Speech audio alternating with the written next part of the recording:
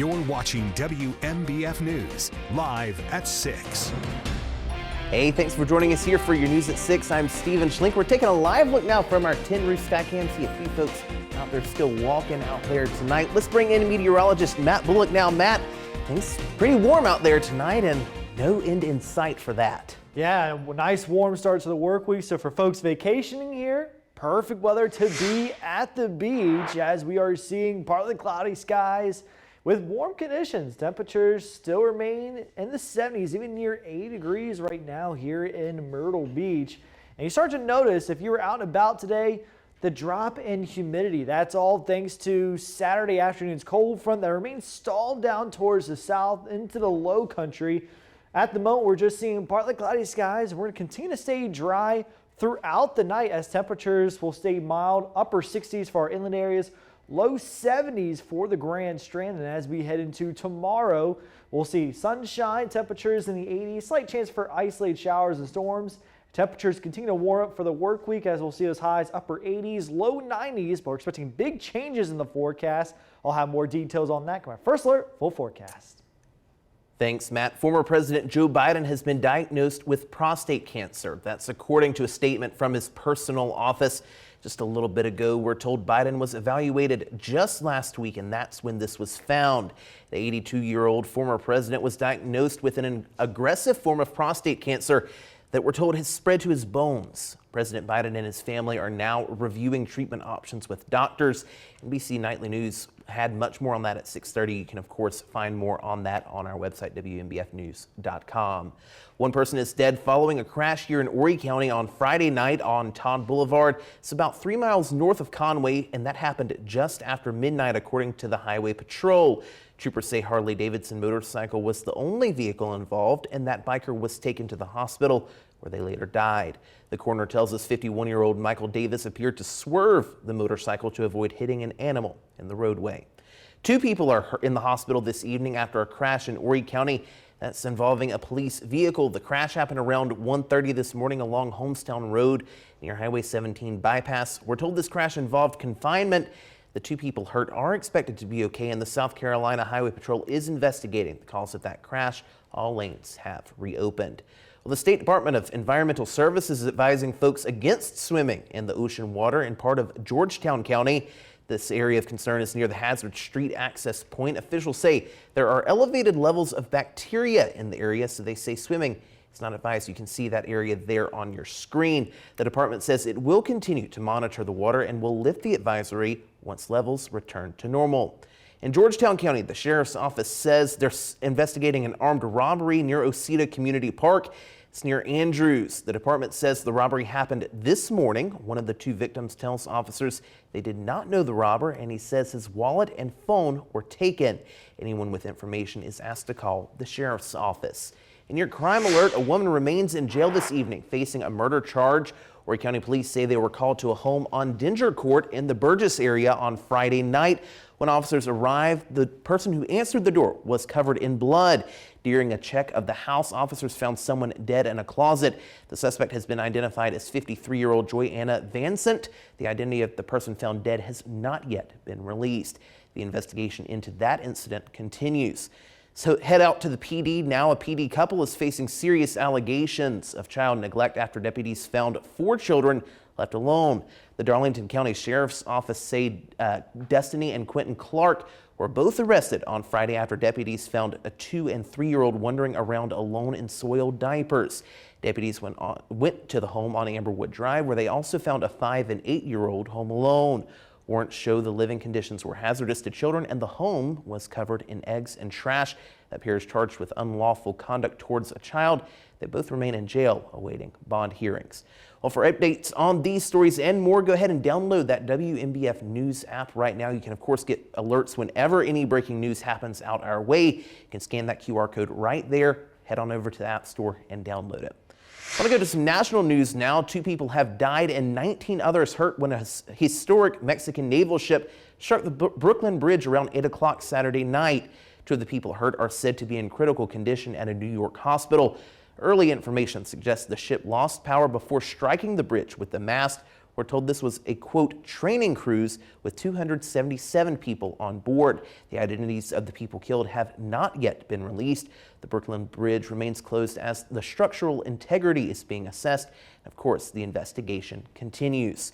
Meanwhile, on the West Coast, the FBI in Los Angeles has identified this man as the person who's accused of detonating an explosion outside of a Palm Springs fertility clinic on Saturday. This is 29-year-old Guy Edward Bartkus. The FBI said on Saturday that the explosion was a, quote, intentional act of terrorism, left one dead and 5 others injured. American Fertility Services says all of their staff are accounted for. They also say the embryos were all able to be saved. Dr. Maher Abdullah recounts what went through his mind after the explosion. Biggest concern was obviously my staff and the embryos that we have in storage.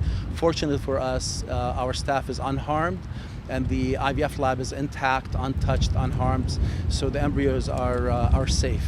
Now, the FBI says Bartkus was the person who died following the attack. No possible motive has been released, and that investigation does continue. And recovery efforts are underway after a deadly tornado tore through a Kentucky community. Coming up, how residents say you can help. And meteorologist Matt Bullock will join us once again for your full First Alert forecast.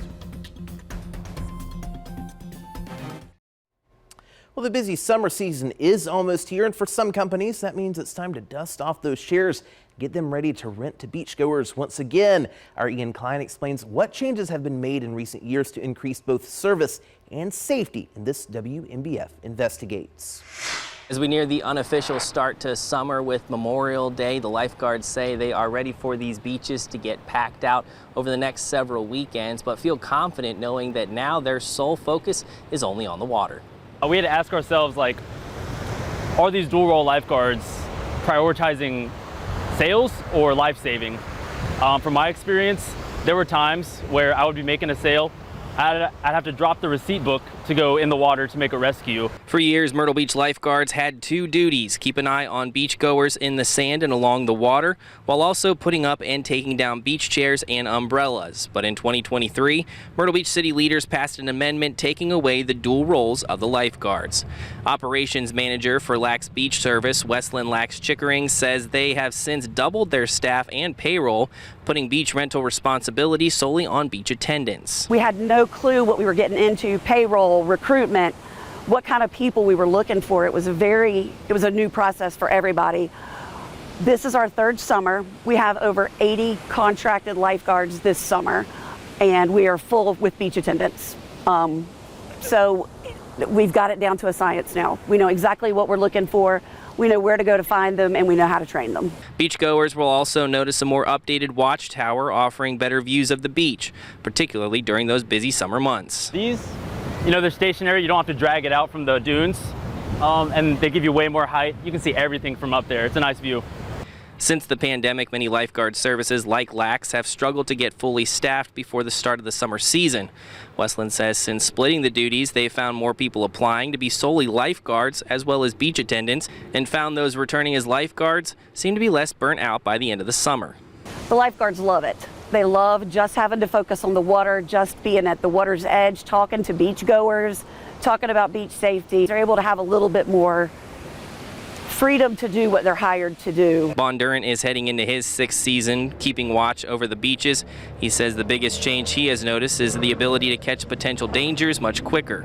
Now, instead of worrying about the chairs and umbrellas, I can see things before they happen and prevent it from happening.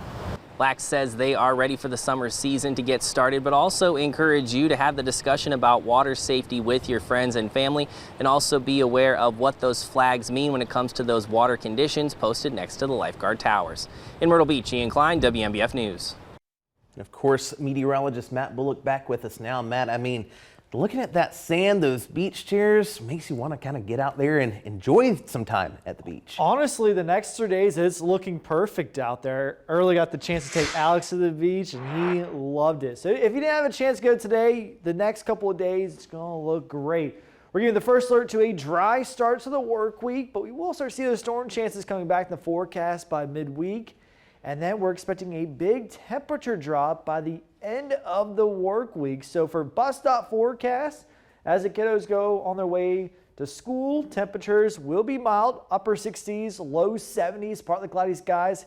Expect a little bit more sunshine in the afternoon. Highs will be in the 80s. A slim chance for a stray shower in the afternoon, but you know what? Nice day to hit a round of golf, whether if you play tomorrow, Tuesday, Wednesday. You start to see the temperatures continue to trend upwards. By Wednesday, we'll see those highs reaching upper 80s for the Grand Strand, low 90s for the PD. And if you are going outside, you're also going to notice that humidity continuing to rise for Tuesday and Wednesday. But you start to notice on Wednesday this big drop in humidity, and that is thanks to our next storm system, which will bring back those rain chances. So let's talk about what's going on. We have a low pressure system that's going to bring 2 rounds of showers and storms. The first round comes from a warm front. This will be lifting up north across the Carolinas, bringing those spotty showers and storms. Right now, it looks to be 20-30% as we into Tuesday. The second round comes from a dry cold front, which will bring a slim chance for a stray shower, but behind that, much cooler temperatures, as we'll see that cooler northwest winds start to prevail.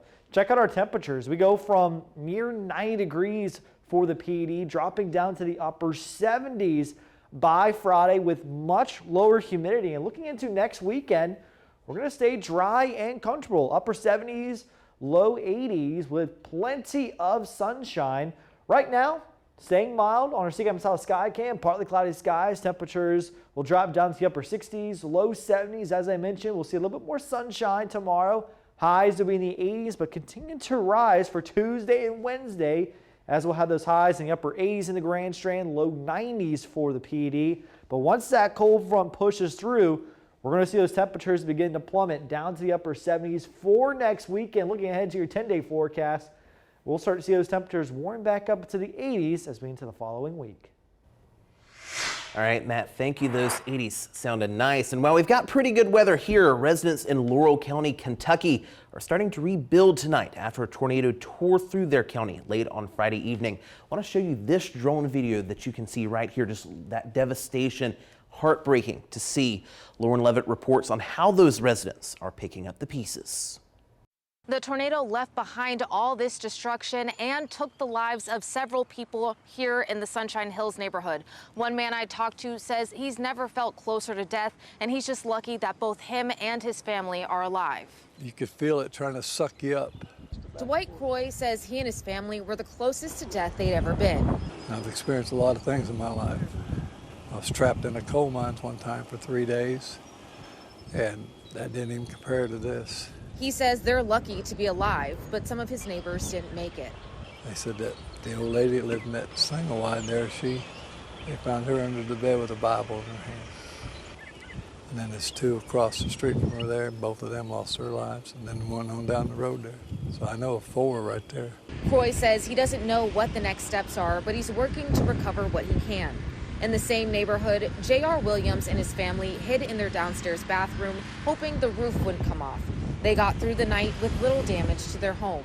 Well, first of all, our hearts go out, and it makes you fortunate just to have the minimal damage, but some of these houses have been leveled. Williams says he hopes people will continue to pray for and support his neighbors. I know things can be frustrating, like if you lose a door or lose a fence, but just look at the damage that's here. I mean, some people don't have a home to go back to. And just know there's people that care about you, people that look out for you.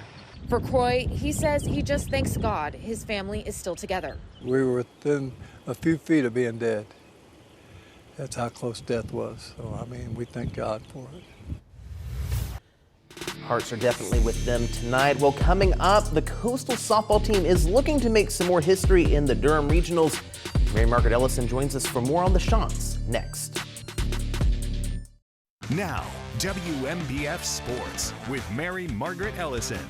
Locked up the outright regular season Sun Belt title last night, their first in 2 years. The Chants also won their 8th conference series last night. Now today, Coastal was looking for their last series sweep of the season. Now last night, the Chants were down 2 runs early against Old Dominion until exploding into the 6th for the win. Now this afternoon, similar story until the top of the 4th inning. Sebastian Alexander sends a solo shot over the wall to tie things up at 1. Chad Bourne would then give the Chants the go go-ahead run. Coastal would pour on the runs, then Ty Barango would blast a 3-run home run to get the run rule. The Chants sweep Old Dominion 12-1. Coastal will be the top seed in the conference tournament, which starts next week. Coastal softball is in the NCAA regionals, now in the elimination bracket. Facing Howard, the winner plays Duke. Nicolette Picone in the circle for the Chants. She gives up a solo home run to give Howard a 1-0 lead in the first. In the bottom of the third, Georgia Hood smokes one past the outfield for the go-ahead 2-run home run. Coastal leading 5-1 in the bottom of the fifth. Now bases loaded, McKenna Metzger blasts this one over the center field wall. The freshman with the walk-off grand slam, and the Chants run rule Howard 9-1.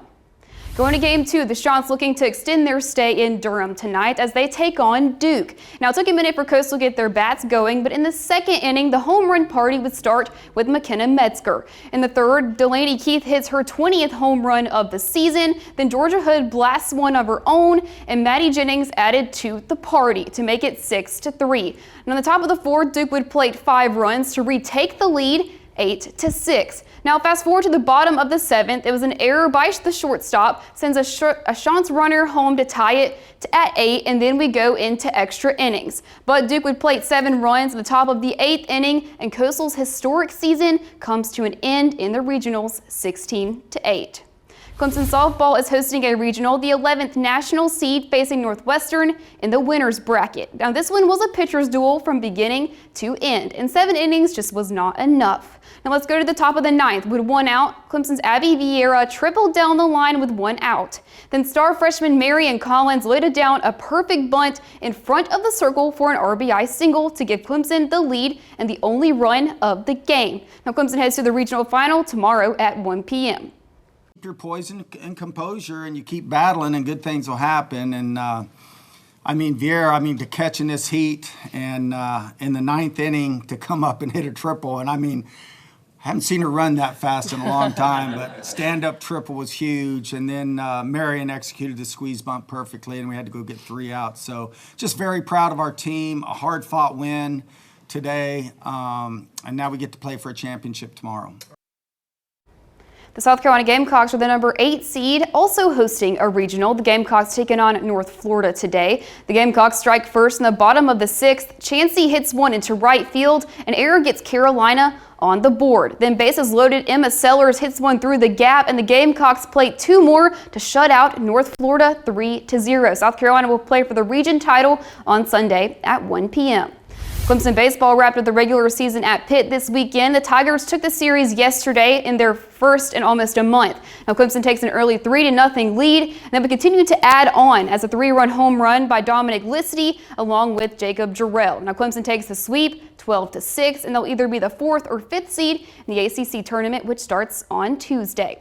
The Gamecocks did the unthinkable and got the walk-off win against top-ranked LSU in Game 1, but things did not go that way in the last 2 games. South Carolina drops their final conference series and regular season game against the Tigers 7-3. Now the Gamecocks will head to Hoover for the SEC tournament next week, and that's a look at sports. All right, one music superstar surprised a group of high schoolers. Coming up, who that artist is and how those students reacted. Matt? And we'll take one final look at the forecast as we're getting the first look to big changes in the forecast. Well, a Myrtle Beach couple is living their happily ever after following months of concerns of their wedding venue unexpectedly closed with just a few months until that big day. You can see the couple here. They tied that knot in a ceremony on Thursday. They say they believe that it actually turned out better than they originally planned. Now, we first introduced you to Rachel and Travis back in January. At that time, they said their dream wedding venue was into foreclosure and suddenly closed down, leaving them without a venue and out nearly $20,000. We told you they found a new venue near Raleigh, North Carolina. And as I mentioned on Thursday, they tied the knot with many of their family and friends able to attend. Travis and Rachel say they were so excited that their big day came together like it did. They say it still feels unreal that they got to say their vows after everything that happened. All of our families can't stop talking about just how much fun they had and how excited they were for us, and how proud they were of us, and how happy they were to be there. So it really feels like it was a dream, and we just can't believe how awesome of an experience it was. Now, Travis and Rachel say they still haven't been issued a refund like the owner of the original venue promised in an email, but you may notice a familiar face here. Actually got to go to that wedding. It was an incredible time seeing so many of their family and friends there celebrating with them.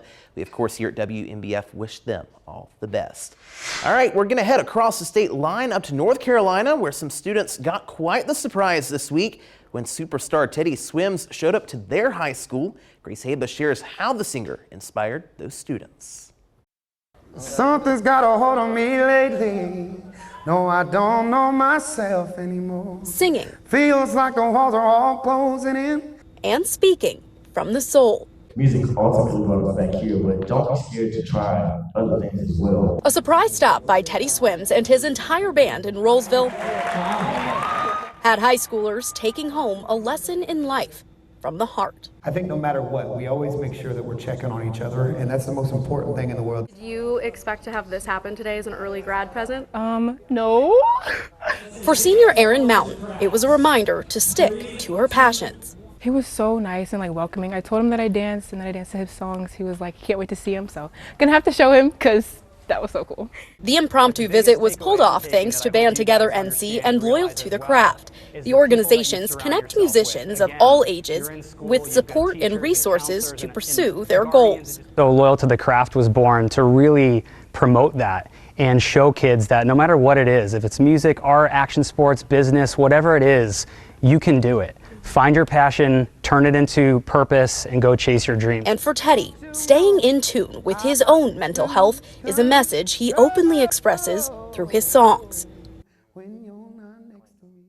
As he reminds us all not to be afraid of failure. I think it's the only thing that's kept me alive is music for me. You know, it's helped me put my feelings and my aggression and my you know, I guess it's good to be able to just trauma dump on strangers all the time, you know, and you got to have an outlet. To have an outlet is just so important, and have a passion is so important.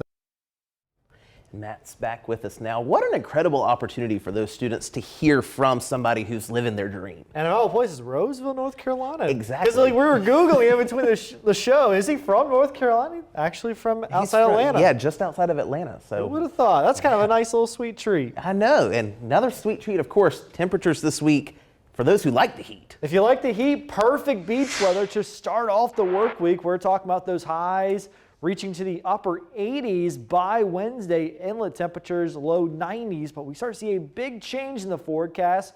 A dry cold front moves in by midweek. This will drop our highs down to the upper 70s by Friday. We're going to continue to stay on the dry side into next week, and looking ahead, those temperatures will begin to bounce back up to the mid 80s into the following week. Awesome. I'll take the 80s as long as we can get them, because that'd be like the warmer weather. Oh, me too. Awesome. Well, thanks, Matt, and thank you for sticking around with us for WMBF News at 6. We're back tonight at 11. Until then, take care and see you soon again.